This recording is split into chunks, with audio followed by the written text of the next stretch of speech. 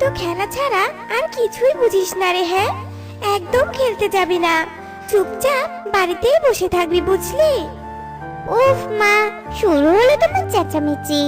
আমি এখন খেলতে যাবই, তুমি বাড়িতে থাকো তো। তারপর টুনটুন বাহিরে খেলতে চলে যায়। আর খেলতে গিয়ে দেখে সবাই আইসক্রিম খাচ্ছে। কি রে, তোরা আইসক্রিম খাচ্ছিস? তোরা আইসক্রিম কোথায় পেলি রে? আইসক্রিম আবার কোথায় পাবো? হ্যাঁ, কাকলি মাসির দোকান থেকে কিনে এনেছি। তোরও খেতে ইচ্ছে করছে নাকি রে, বলতো? হ্যাঁ, আমারও খুব আইসক্রিম খেতে ইচ্ছে করছে রে। আমাকে একটু আইসক্রিম দিবি? আমি আইসক্রিম কিনেছি কি তোকে দেওয়ার জন্য, বলতো? তুই কিনে খেতে পারিস না? অবশ্য তোকে আর কি বলবো, তোরা যে গরিব, আইসক্রিম কি করে কিনে আর খাবি? যা তো এখন এখান থেকে, আমার আইসক্রিমের দিকে একদম লোভ দিবি না বলে দিলাম। তুই এভাবে বলছিস কেন কুহু? আমি কেন তোর আইসক্রিমে লোভ দিব বল? লোভ দিতেও তো পারিস, কারণ তুই তো আর টাকা দিয়ে আইসক্রিম কিনে খেতে পারবি না, তাই বললাম আর কি।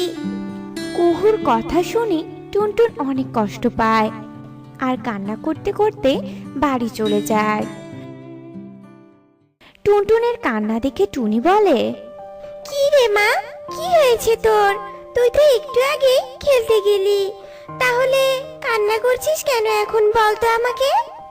মা, কুহু আইসক্রিম খাচ্ছিল আর আমি একটু আইসক্রিম চেয়েছি দেখে কুহু আমাকে কত কথা শোনালো।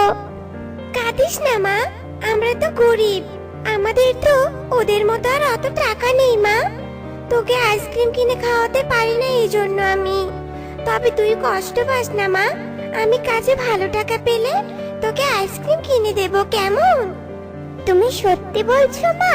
তুমি আমাকে আইসক্রিম কিনে দেবে? হ্যাঁ রে মা, এবার তো তুই একটু কান্নাটা থামা। মায়ের কথায় টুনটুন অনেক খুশি হয় আর কান্না থামায়। তারপর টুনি ওর মেয়েকে খাইয়ে কাজে চলে যায়। আর এইদিকে টুনটুন বাড়িতে অনেক আশা করে থাকে যে ওর মা কাজ শেষে ওর জন্য আইসক্রিম নিয়ে আসবে। টুনি শালিকের বাড়িতে কাজ করত। মালকিন, আমাকে আজ কিছু টাকা দিবেন? কেন রে টুনি, এখনো তো মাস শেষ হয়নি, তাহলে এখনই টাকা টাকা করছিস কেন রে? আসলে মালকিন, আমার মেয়েটা খুব আইসক্রিম খাওয়ার জন্য জেদ করছে, তাই আপনি যদি অগ্রিম টাকা দিতেন তাহলে খুব উপকার হতো মালকিন। আমি তোকে কোনো অগ্রিম টাকা পয়সা দিতে পারবো না। আর তোর মেয়ের এত আইসক্রিম খাওয়ার শখ হয় কেন রে বলতো? যত সব ঝামেলা। শালিকের কথায় টুনি অনেক কষ্ট পায় আর মন খারাপ করে বাড়িতে যায়। টুনির হাতে আইসক্রিম না দেখে টুনটুন অনেক হতাশ হয় আর বলে, মা, তোমার হাতে আইসক্রিম কোথায় মা? তুমি তো বাড়ি ফেরার সময় আমার জন্য আইসক্রিম আনতে চেয়েছিলে, তাহলে আইসক্রিম কোথায় মা? মারে, আজ মালকিনের কাছে থেকে অগ্রিম কিছু টাকা চেয়েছিলাম, কিন্তু মালকিন আমাকে কত কথাই না শোনালো। আমি জানি রে মা, তোর অনেক কষ্ট হচ্ছে এখন, তাই না? তুই অনেক আশা করেছিলি আইসক্রিমের জন্য। আমি সে কখন থেকে তোমার জন্য অপেক্ষা করছিলাম মা, যে তুমি আমার জন্য আইসক্রিম আনবে, কিন্তু তুমি তো আনলেই না। জঙ্গলের সবাই আমার সামনে আইসক্রিম খায়, আমারও তো ওদের মতো খেতে ইচ্ছে করে। বলো, আমার কি খেতে ইচ্ছে করে না বুঝি? আমার ভালো লাগে না সবাই আমার সামনে আইসক্রিম খায়, তুমি শুধু আমাকে আইসক্রিম কিনে দাও না। এসব বলে টুনটুন কাঁদতে কাঁদতে ঘুমিয়ে পড়ে। আর টুনি ও মেয়ের কান্না দেখে অনেক কষ্ট পায়। হে ভগবান, মেয়েটার সামান্য ইচ্ছে আমি পূরণ করতে পারছি না। মেয়েটা আইসক্রিমের জন্য পাগল হয়ে রয়েছে, আর আমি সামান্য আইসক্রিমই আমার মেয়েকে খাওয়াতে পারছি না। এ কেমন মা আমি, ঠিকভাবে বাজারও করতে পারি না, আর আমার মেয়েটাকে ভালো মন্দও খাওয়াতে পারি না। এসব ভাবতে ভাবতে টুনিও ঘুমিয়ে পড়ে। আর এভাবেই তাদের মামের দিন কাটতে থাকে। টুনটুন রোজ রোজ টুনির কাছে আইসক্রিমের জন্য বাহানা করত, কিন্তু টুনি আইসক্রিম খাওয়াতে পারতো না। একদিন টুনটুন কাকুলির আইসক্রিমের দোকানের পাশ দিয়ে যাচ্ছিল। এমন সময় ও কাকুলিকে বলে, কাকুলি মাসি, ও কাকুলি মাসি, তোমার দোকানের আইসক্রিমগুলো তো ভারী সুন্দর দেখতে, আমাকে আইসক্রিম দিবে গো? হ্যাঁ রে, তুই যে আইসক্রিম খেতে এসেছিস, তা তোর কাছে কি টাকা আছে বলতো?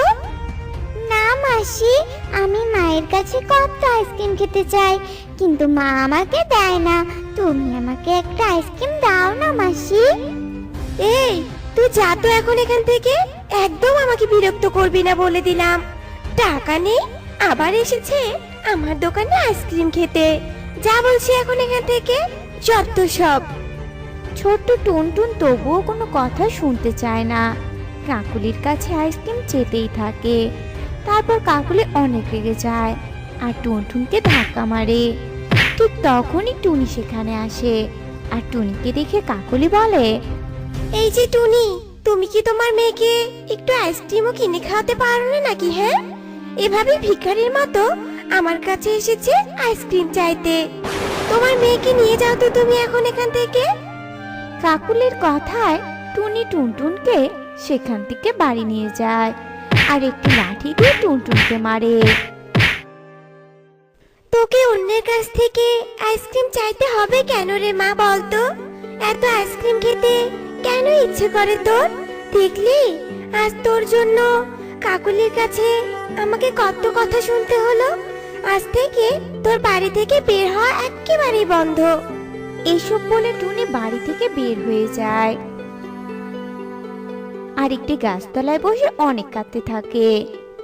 হে ভগবান, আজ সামান্য আইসক্রিমের জন্য আমি আমার মেয়েকে মেরেছি। আমি কিভাবে এত নিষ্ঠুর হতে পারলাম ভগবান? আর তাছাড়া যে আমার আর কোনো উপায় ছিল না। মেয়েটা আজ অনেক কষ্ট পেয়েছে। টুনি এসব বলে অনেক কাঁদছিল। তখন টুনির পাশে থাকা ছোট্ট একটা গাছ কথা বলে ওঠে। তোমার কষ্ট আমি বুঝতে পারছি টুনি, তোমার বুঝি অনেক কষ্ট। তবে আমি তোমার সব সমস্যার সমাধান করতে পারবো। এ কি গাছ, তুমি কথা বলতে পারছো দেখছি। হ্যাঁ টুনি, আমি কথা বলতে পারি। টুনি, আমি একটি জাদুই গাছ, আমি কথা বলতে পারি। তুমি আমাকে তুলে তোমার বাড়িতে নিয়ে গিয়ে রোপণ করো, তাহলে পরের দিন তুমি তোমার সব সমস্যার সমাধান পেয়ে যাবে। তারপর টুনি সেই গাছটিকে বাড়ি নিয়ে যায় আর গাছটি মাটিতে রোপণ করে।